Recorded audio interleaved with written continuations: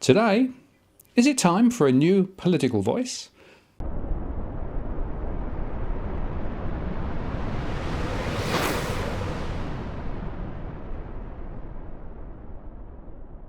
Hello again, it's Martin North from Digital Finance Analytics. Welcome to this post covering finance and prop news with a distinctively Australian flavour. Today I'm joined by Victor Klein. Hello, Victor. Hello, Martin. How are you? Yeah, great. And thank you very much for coming on and spending some time with me. Now, this is important news because you have decided that the political system in Australia needs a bit of a shake-up. We have, yes, absolutely. Now, tell me a little bit then about the new party and also a little bit about yourself. Sure. Well, the party started quite small, just a few friends who, we were just sitting around drinking red wine and bitching about, a corrupt government and a useless opposition and what will we do about it and, how could we do anything about it? And Catherine said, well, we're old enough and ugly enough, we actually can do something about it. And we said, we? You mean we, literally us? And she said, yes. And the party went from there. I think it has taken off enormously. I'm getting, at the moment, in the last week, particularly because of certain tweets I've made about a prosecution we're launching against a certain government minister, something like 2 million views on Twitter. So in a short space of just over a year. And I think that's happened because the same desperation that drove us to form a new party is the same desperation that's felt by large numbers of the Australian population. And let's just be clear about the name of the party. Yeah, so the party's called the New Liberals. And we took that name because as we were talking, we knew, knowing each other as we do, that the party that we would form would be a liberal party. A true liberal party, as that word is understood around the world and has been for 200 years, to mean a party that believes in equality of opportunity, compassion, justice, and freedom, but also a strong place for government to ensure that in exercising that freedom, the individual doesn't impinge on the freedom of others. It's that old saying, my right to swing my fist in the air stops at your face. So we're not libertarians. The libertarians would say, I can swing my fist anywhere. If I hit anything, that's my business, So I guess the classic example I always give is if we were in government and a multinational said we want to come and trade in your country, we'd say, of course, you're free to trade in our country. But if you, in the process, pay no tax and therefore literally impinge on the freedom of every other Australian taxpayer, then we're going to step in. We have a right and a duty to step in as a government and do something about that. So that was the party we formed, and we said that we knew that given that we have a Liberal Party, the Liberal Party of Australia in government, and given that we knew that they had really, there's no other way to say it, but perverted the word liberal to mean its exact opposite of ultra-conservative, because whatever liberal means, and it has several meanings as people understand it, what it doesn't mean is ultra-conservative. It means the polar opposite of ultra-conservative.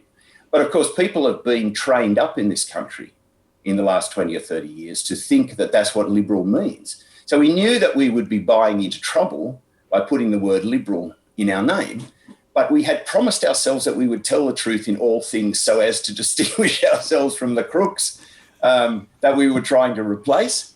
And so we thought if we balk at telling the truth at this first hurdle, naming ourselves, then what are we going to do after that? So that's how we came about. That's how we got our name, and that's how we are where we are.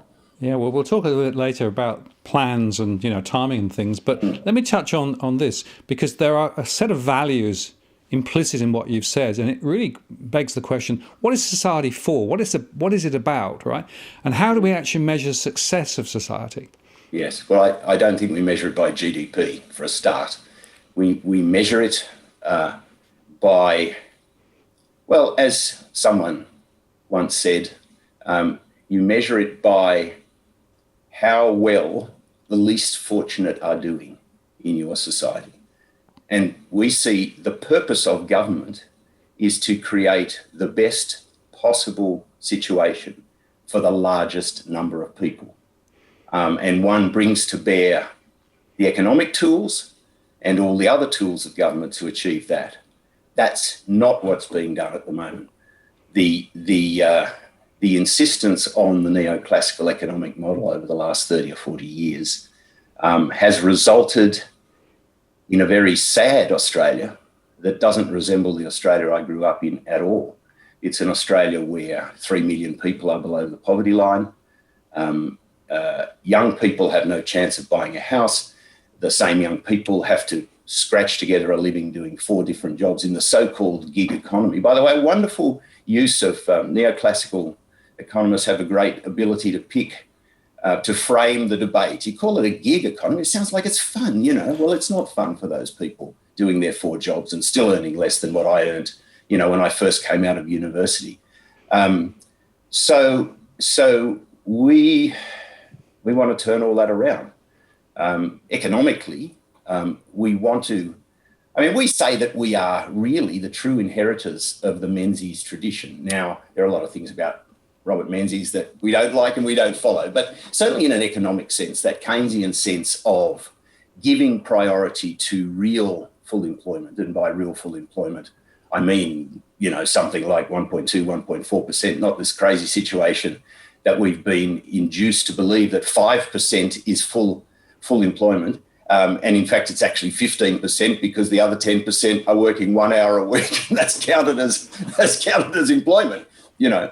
So we want to get back to that whatever Menzies' motives were and whatever drove him to do what he did, he sought full employment. He obtained full employment. By and large, he kept inflation under control, and there were some beggars in the street, but they were usually alcoholics. You know, they weren't 50-year-old mothers who, you know, have been executives and lost their job and have to live out of their cars and take a shower down by the beach, which is what one woman who came to us told us about, you know, and she's not untypical, I think. That's what we want to reverse, and that's what we see the purpose of government being. Not to drive all income and profit to the top 1%. Right, and I was going to say, there's a very different theme coming through here compared with what I call the neoliberal philosophy, right, which is basically wealth rises to the top and to the 1%. It's very much debt-driven. It's very much private sector-led. And my view is that that philosophy, which is really contaminating many Western countries and Western thinking more generally, has really led to huge inequalities and inefficiencies in our economy, and an economy really which isn't fit for purpose. Yeah, I couldn't agree more. Absolutely. So in terms of trying to take that story forward, one of the critical questions I have is the importance of small business inside the economy, because if you look at all the investment that's been made from government, you know, even through the stimulus, it was all thrown at the big end of town pretty much, you know, and they probably didn't need it in the first place. But certainly in my surveys, I see a lot of issues with the engine of the economy, the small business sector, not actually being able to get a fair go and to be able to do the things they want to do. So what's your perspective in terms of the importance of the small business sector? I'm probably not qualified enough to compare the value of the small business sector to the value of the large business sector. But just logically and intuitively, I think all sectors should be in balance, and all sectors should be functioning properly and in a healthy way. If the small business sector atrophies to the benefit of the multinationals, I think we all know that's not going to be a good thing. So you know, I mean, I run a small business in the sense that, you know, my wife and I have a company, and for the law reporting work that I do, just for example, and we are so burdened with regulation that you know, it takes, I don't know how long it takes us, but it takes us a lot of time to get through that, and I hear small business talking about that all the time. Regulation's fine for large corporations because they've got plenty of money and plenty of people to look after that for them. But if you're a 2-person company, or, you know, a plumbing or a law reporting company, and it's you and your partner, I mean, it's very, very difficult. I find it ironic. I know this much, that the Liberal Party government claims to be a government for small business, and they're anything but. And I think people need to know that that's not happening. I mean, with our job guarantee scheme, we're very keen to make jobs available to everybody to get above to get those 3 million people who are below the poverty line above the poverty line and get them work. And we know that the minimum JGS salary that we will guarantee, which will probably be somewhere around the median wage, will set a de facto minimum wage, and that if the private sector wants to get those people to come and work for them, which we think they will because the JGS will stimulate the economy, then they have to pay more, and that will be a de facto redistribution of wealth. But I'm very keen to find a way to make sure that that doesn't further punish the small business. I'm not sure how to achieve that at the moment, and I've got to take advice. Yes, well, it's very interesting. Sorry, we've got some people like Steve Keen, as you know, who do know what they're talking about, and he might be able to help there, maybe yourself.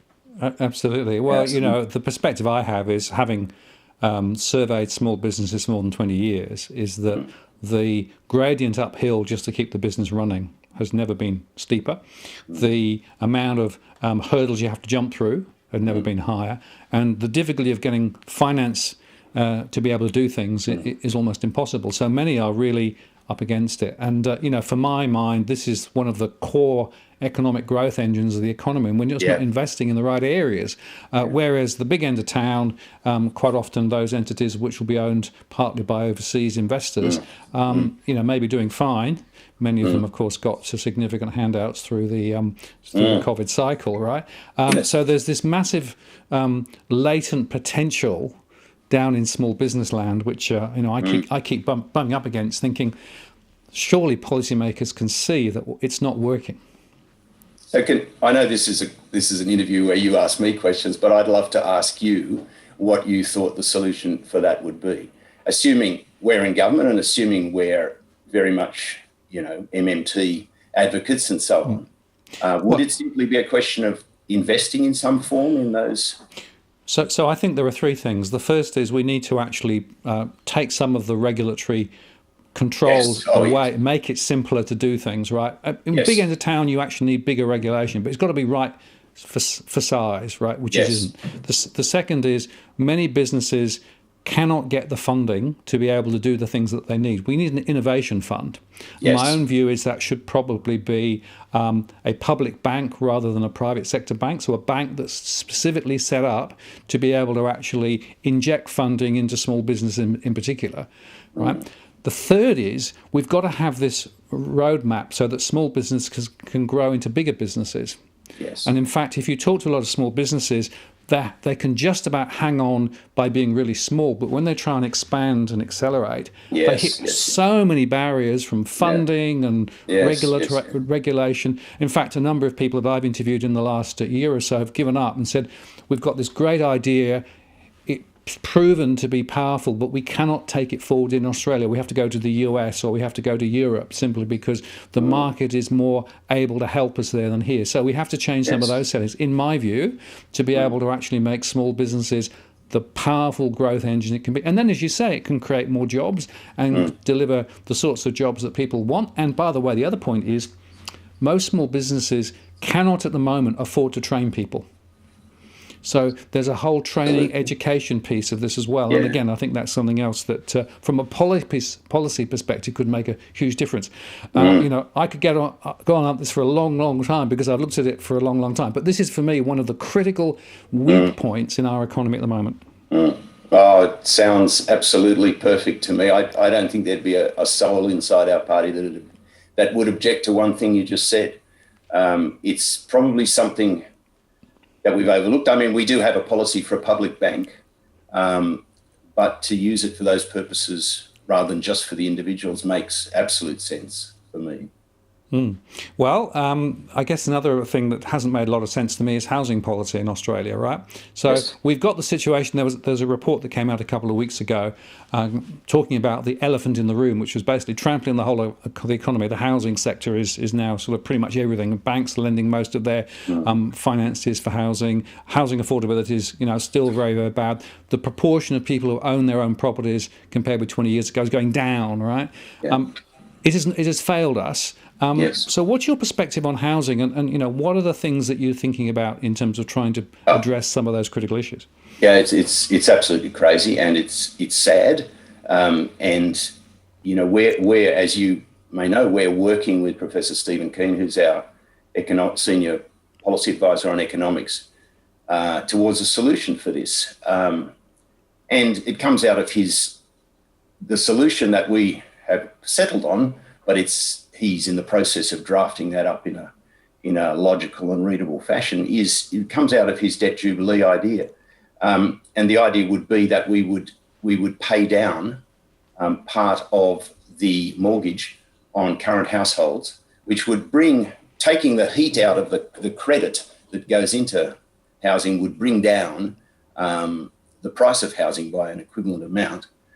The upshot would be that the current homeowners would have the same equity, would pay off their houses quicker, and the house would be probably $200,000 cheaper for those trying to enter the market for the first time. And at the very least, it would call a halt to this insanity we see where every morning you get up and, house prices in your area are, another $10,000. It's crazy, and it can't. I mean, you would be able to comment on this better than me, but if we don't do that or something like that, aren't we heading for just unbelievable disaster somewhere down the track? Well, it's already happening. So, my mortgage stress data showing that we've got 41% of households with cash flow issues with their mortgage at the moment, right? Yep. Despite the official figures looking remarkable. New people buying a property today with a mortgage are on average getting a loan that's 15% bigger than it was a year ago. Yeah. And it's interesting that Philip Lowe yesterday in one of his press conferences after the announcement yesterday said he's worried about house prices accelerating faster than wages. Like, that's a new thought. You go back 10 years, right? It was happening then as well. So it's been happening on his watch. So unfortunately, to my mind, the Reserve Bank and APRA and the government are part of the problem rather than being part of the solution to this. Absolutely. Right? Yes. And it's almost like, I read an article the other day saying it's like in New Zealand. New Zealand economy is a housing market plus a little bit of the economy bolted on the side. It's a bit like we're transforming to in Australia as well, because so much of the bank lending is for housing, so much of it is not affordable. And, the fact of the matter is, people haven't realised this, if you're spending less on your mortgage repayments, you'll be able to spend more on other things.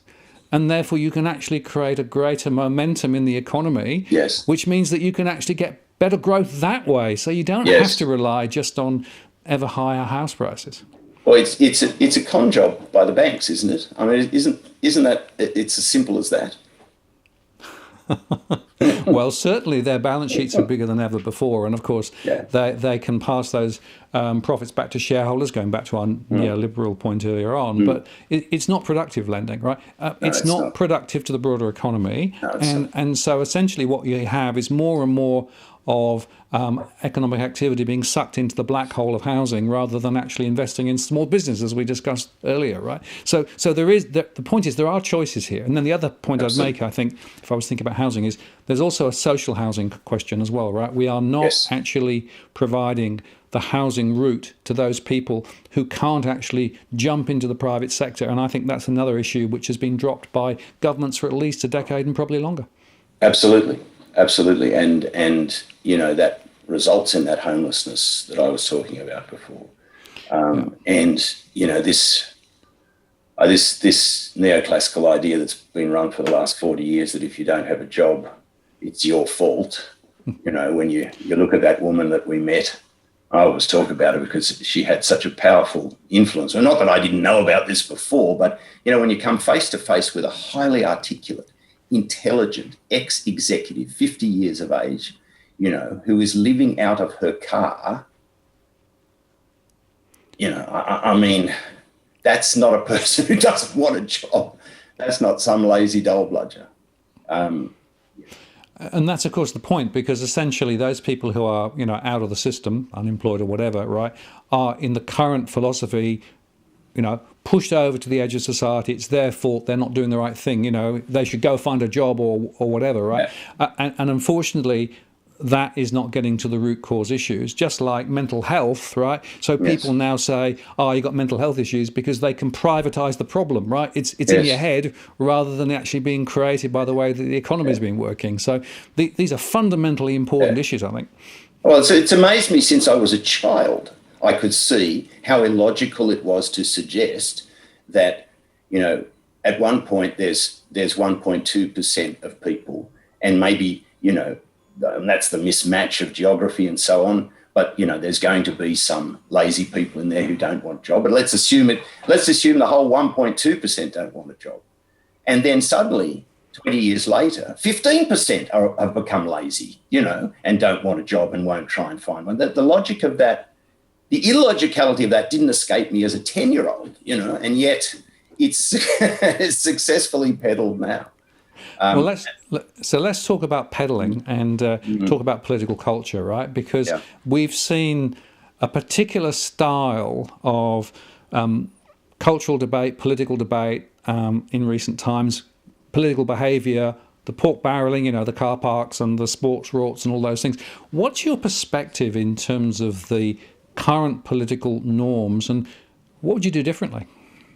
Oh, everything, absolutely everything. So what you've got, well, if you look back to a previous time, let's say a government decided that they wanted to engage in 904 acts of immorality, unethical behaviour and straight out illegality.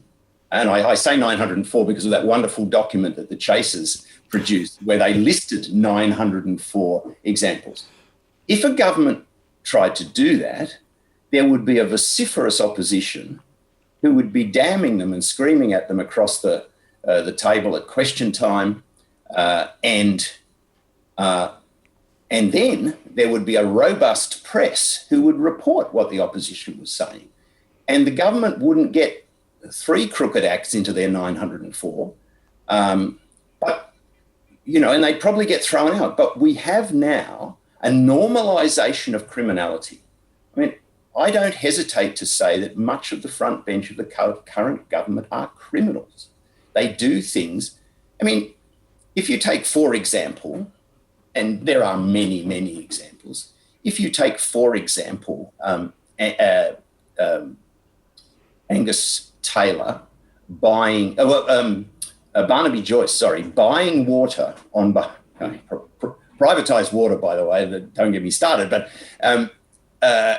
Barnaby Joyce buys water on the open market for the Australian government from Angus Taylor, his co-minister, at twice the market price. And of course, Angus Taylor then sends it offshore, so he doesn't have to pay any tax in it. Now, if you were a company director, who bought property on behalf of the company from a co-director at twice the market price, you would be in jail, But if a government minister does it with another government minister now, you're called the Honourable Mr. Joyce, the Honourable Mr. Taylor. It's horrible. And then in the heart of all this, Anthony Albanese stands up and says, "Well, I don't know of any corruption in Parliament." Now, does he say that because he's a fool? Does he say that because he's terrified? Does he say that because he, like the government, has been bought and paid for by corporate interests and the Murdoch media? I don't know. I don't care. It's pathetic. So if you have a corrupt government, no opposition and no media reporting on it, then you'd have 2 possibilities here. One possibility is that you just proceed down that path and become a totally authoritarian state. And there are people in this government who would love that to happen. Or there is a grassroots movement that rises up, takes advantage of the dying embers of a democratic system, and eventually manages to overturn it and throw them out. And we, along with a lot of people in those voices of independent movements, are trying to make it the latter, because we are absolutely convinced that if we don't, it will be the former. Yeah? And thinking, further on that theme, the public servants who, a decade, 2 decades, 3 decades ago would have been, ideological neutral, very objective in terms of what they actually advocate, also seem to have now been sucked into the same story. Absolutely. Why it's so close, why it is within a pip of authoritarianism, is because people have been tamed.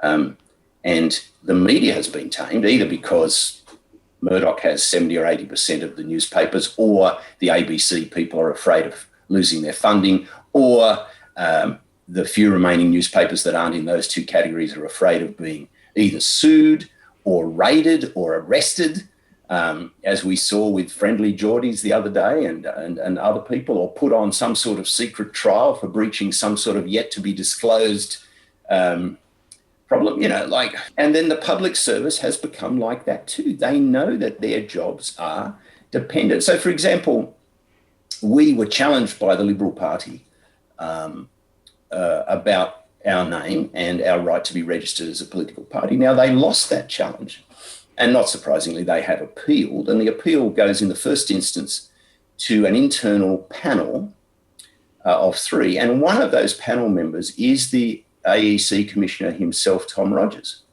Now, Tom Rogers was appointed by the Abbott government in 2014 on a 5-year contract, reappointed by Morrison on a 5-year contract. And if he wants to be reappointed again in 2024, he needs to have the Liberal Party in power. So his position, his livelihood, and his future prospects totally depend on him finding in favour of the Liberal Party. Now, we have challenged that, and we've said he has to be disqualified from that panel. But it will be very interesting to see if he is, because, I'm hoping he is, because the head of that panel is Justice Susan Kenny, who is a wonderful judge and, a truly unbiased judge as far as I know, and I hope she will deal with that in a proper way. But if she doesn't, and if he stays on that panel, I think it's a classic example of how the system is sucking the public servants as well as the media and everybody else into their little vortex of authoritarianism. And I think that, and the other aspect of the public service is, and people tell me this all the time, ex-public servants tell me this all the time, when I was there, we had a good culture. I left because I couldn't stand what was being done to the culture. So it's the old story, the good people leave under that sort of regime, and you're left with the yes men and the yes women who will do whatever is necessary and who have no moral fibre to stand up to the government. Public servants, what's that wonderful phrase they're supposed to use? Without fear or favour, advise without fear or favour. It's a different form of words, but I think that's disappeared from the public service. We've got someone working on a policy where we want to restore a public service that has an emphasis on the word service, because that's the other thing that's left the public service, because there's been so much privatisation. I would get 3 or 4 letters or messages a day from people saying, "Can you please try and do something for me, because I'm on this pension or that benefit, and I'm desperate and I'm starving." And I go along and this new privatised organisation tells me, I haven't filled out Form X, and when I go on the website, Form X doesn't exist. And, that sort of nightmare that people are being put through. And, of course, with the, the debt, the robo-debt is what I'm trying to say. So all these things, it's every one of our key institutions is degraded, I think. And would you include the RBA in that? I'm guessing, but I don't have enough personal knowledge of what goes on inside there, and I don't have enough informants. I feel I know a lot about what's happening in the general public service. What do you think? I mean, you would have a much better idea than I about. I'm afraid that I am quite sceptical of the Reserve Bank's role. Look at the fact that they're part of what's called the Council of Financial Regulators, right? Yes. Which is the Reserve Bank, Treasury, APRA, and ASIC sitting around the table, right? So is that independent, right? And it seems to me that in some cases the government defers to the RBA because the RBA is doing the government's wish. I think so, and also, sorry to interrupt, but also it occurs to me that, there's, what have they got? 3 enshrined principles in legislation that they have to pursue, and one of them is full employment, and that's been absolutely forgotten. And the best you can do is people reporting that we should be grateful to the unemployed because they keep inflation down. And we know they're suffering, but thanks, guys. That's so. I think they've abrogated their. It'd be really interesting.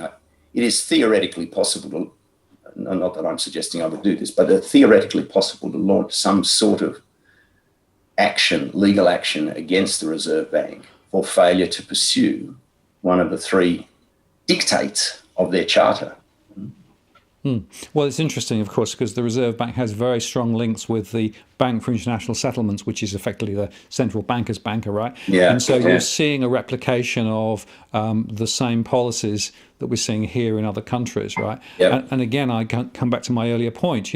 It's clearly failed. We're not actually seeing the economic results that we should be seeing. We've got the the employment rate, as you say, lower, but artificially lower. We've got the economic parameters in the wrong place, and yet it's just perpetuation of the same old, same old. Yep, absolutely. So I guess the key question, as we sort of come to the end of this initial conversation, is there's clearly a lot that needs to be changed. Yes. Is political change actually possible?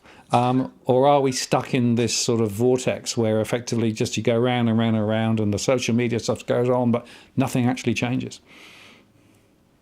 We believe, and we have to believe, that it's possible to change because that's what we're here to do. And I think we have hit with the right platform and the right approach at the right time.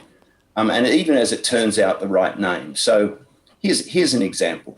The current government has, a 1-seat majority or 2-seat majority, something like that at the most. Now, what we're being told by our psephologists is that there are about 4 million moderate, disaffected Liberal voters around the country who hate this government, who vote for it through clenched teeth. My brother-in-law, his father was press secretary to Robert Menzies. Now, he's a big macho guy who was literally in tears before the last election saying, those bastards have stolen my party. And we're told that he's representative of about 4 million people. And what that boils down to is that in about 3 dozen Liberal-held seats which we're going to contest, it's quite possible for us to get as much as 20% of the vote, most of which will come from those people who would never vote Labor or Greens because they're generationally and constitutionally incapable of doing it. What they're looking for is a real Liberal party, and they go, oh, here's one, we'll vote for them. And if we do get that 20% of the vote, there is a real chance, providing that the preferences fall the right way, that we can win, theoretically, every one of those seats. Now, that's not going to happen. But all we need to do is win 3 or 4, and you're going to end up with, in all probability, a minority Labor government. Also because if you look at the results from last time in central Melbourne, not only did Adam Bant win Melbourne for the Greens, but there were about 4 other seats where they came so close it was just a hair's breadth. And I've spoken to some of the Labor people in Melbourne, and they say, we've lost inner Melbourne and we'll never get it back. They're not even trying, So you could have a situation where we got 2 or 3 seats. The Greens ended up with 4 or 5. and maybe a couple of independents still. Someone like Zali Steggall will probably stay there. Other people will come in because there's a voices of movement in every electorate now, just about. And the upshot could be that you have a minority Labor government, a decimated former Liberal government, and somewhere between 3 and a dozen New Liberals, Greens and Independents holding the balance of power. Now, if that happens, we will make the bastards do the right thing. And if they don't, they will wither on the vine. And so I think at this moment in time, it's a crucial point in history. There is a real chance that this boys' club that is running the country for its own benefit, and by that I mean the duopoly, I mean the two major parties, which are virtually indistinguishable. If we will either make them do their job or they will disappear. And there's plenty of examples around the world of political situations where governing parties have got so complacent, and then the next thing they know, they've got wiped out. I mean, there was the Canadian example where the government ended up with like 2 seats. There's the Mark McGowan thing over in Western Australia. Macron in France swept aside 4 huge parties that have been around since the Franco-Prussian War. I mean, the world is ready for it, and this country is no different from any other. And as I say, so I think it's altogether possible. I don't think that's even stretching hope. I think it's a real possibility. And do you think the media helps or hinders this sort of debate? At the moment, they're totally hindering everything. I hate to say it, but so the classic example is we have launched, you may know, because the New South Wales Police refused to act, we have launched a private criminal prosecution against Christian Porter for rape. Now, you would think that would be a story of interest to the mainstream media. We had some small reporting of that in the Guardian and also in the Telegraph, but it got pushed into the local news, would you believe? Into the local news. Now, what's happening is 2 million views on Twitter, all over Facebook, TikTok, Instagram, every podcast and blog in the country is covering this. I even got sent something today. The American legal media is reporting it, but almost nobody in the mainstream media in Australia is reporting it. Now, that can't be a help. And you wonder how long can they hold the line on that sort of this doesn't suit the governing regime, so we can't report it attitude, be that because they're Murdoch or be that because they're ABC and worried about funding or they're somebody else and worried about being arrested. How long can they hold the line on that? I mean, we have a team, which I'll announce soon. I'm not part of the team because I need to be able to comment. But, we have a senior barrister, one of the country's most experienced solicitors, instructing that person who's our candidate for Robertson Bunya Holt, 2 ex-senior sex crimes detectives working for us. Now, when he gets committed for trial, will they all still be silent? Let's say he's convicted. Will they be silent? He's sentenced to 5 years. Will they pretend that doesn't happen? Will they just report, we don't know where Christian Porter is? Isn't this funny? I mean, how long can you be obstructive to the truth? I don't know. Well, we'll see. It's an interesting question, and I think there are other dimensions where you could also argue that the media is not really doing the service that it should in terms of objective, independent and balanced views as to what's going on, right? Absolutely, yeah. So as we come to the end of our conversation, Victor, where should people go if they want to find more information about the New Liberals? Just Google the New Liberals, and they'll get the website, and we've got everything there, the policies, the candidates, the national executive, our constitution, where to donate. Please go to that button, a very important button. Terrific. Well, I really appreciate your time today, and I think for many people who've been following DFA, this will be really good news that people are beginning to wake up and think there's got to be a different model, a different way of working, because, frankly, the normal course of business is just not doing it for Australia or Australians at the moment. I couldn't agree more. And thank you very much for having me on, Martin. I really appreciated the conversation, and I'm sure we'll talk again. Thank you. Sure we will. Thank you.